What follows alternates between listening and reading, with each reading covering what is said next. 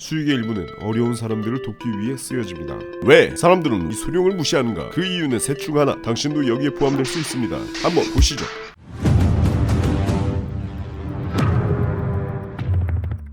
대부분 사람들은 이소룡을 영화 배우, 그냥 격투기, 무술, 사상가, 이론가 정도로만 알고 있죠. 실전에서는 글쎄 아마추어 선수도 못 이길 듯 생각하는 사람이 많습니다. 체감상 90%는 이렇게 생각하는 것 같습니다. 이소룡 팬들도 위대한 업적을 세운 건 인정하지만 실전을 슈쇼동한테 처발린 중국 짝퉁 무술가들과 별반 다르지 않을 수도 있을 것 같다는 생각을 하시는 분들도 아마 많을 거예요.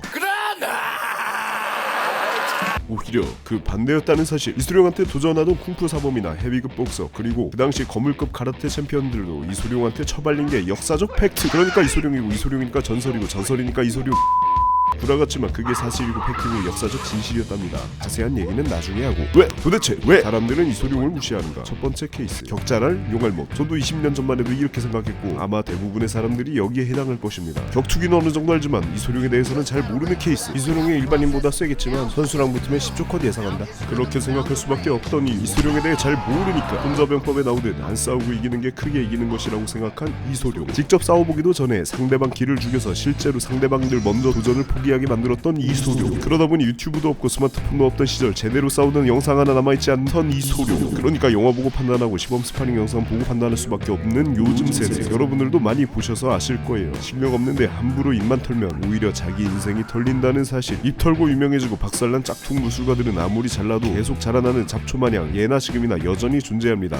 60년 전에 이소룡은 이미 미국에서 전통 쿵푸나 가라테 같은 건 실전성이 부족하다면서 대놓고 팩트 폭행을 하고 도전하는 사람들을 다 발라버렸죠. 지금 그 역할을 시쇼동이 하고 있습니다. 이소룡이 경기를 안 나가봤다고 하지만 챔피언급 선수들과 스파링을 진짜 많이 해봤던 게 팩트입니다. 고수들은 조금만 봐도 알아요. 내가 고수란 건 아니지만. Oh, the oblique kick. Look at John Jones style, son. Bruce Lee definitely did a lot of sparring. For sure. There's no way he could be this good. The way he's timing it, is his movement, like his understanding of what would and wouldn't work.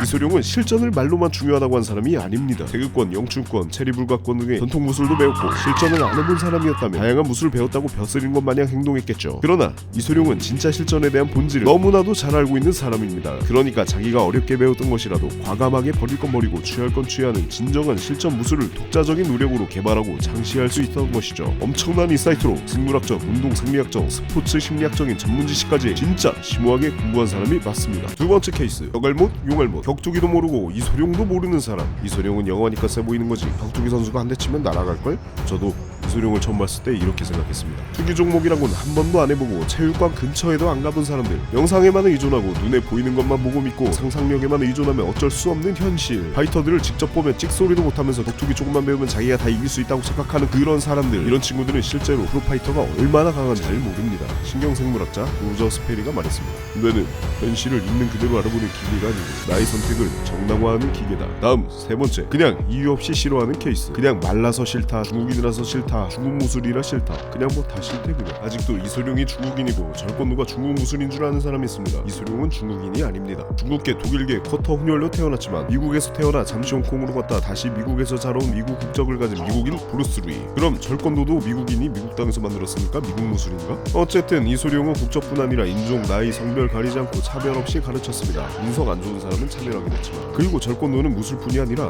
영화, 철학, 사상, 예술, 인생, 영적인 부분까지 포괄적으로 다루고 있습니다. 진짜 조금만 공부해봐도 알아요. 어떤 걸 말하고 있는지. 공부를 안 하니까 절권도를 모르니까 절권도가 UFC에서 통한다 안 통한다 이런 말도 안 되는 소리를 하는 사람들이 많죠. 절권도가 뭔지 모르니까. 비유하자면 MMA가 복싱에서 통할까? 레슬링에서 통할까? 주짓수에서 통할까? 뭐 이런 질문이나 마찬가지예요. 아시겠죠? MMA 잘하려면 다 잘해야죠. 이소룡이 추구하는 절권도도 똑같습니다. 훌륭한 파이터라.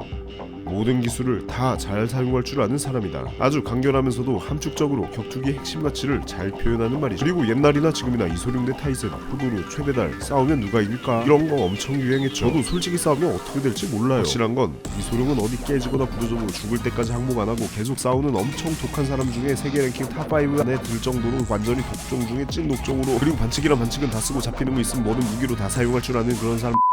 솔직히 이소룡이 요즘 MMA 경기에 출전하면 어떻게 될지 몰라요. 타격에 있어 디테일이 뛰어나 좋은 성과를 거둘지, 그래플링이 약해서 힘을 못 쓸지. 어쨌든 그 당시 메이저 격투기 대회 그랜드 챔피언도 제자로 두고 찍소리 못하게 만들 정도는 보통 사람은 아니었다는 사실.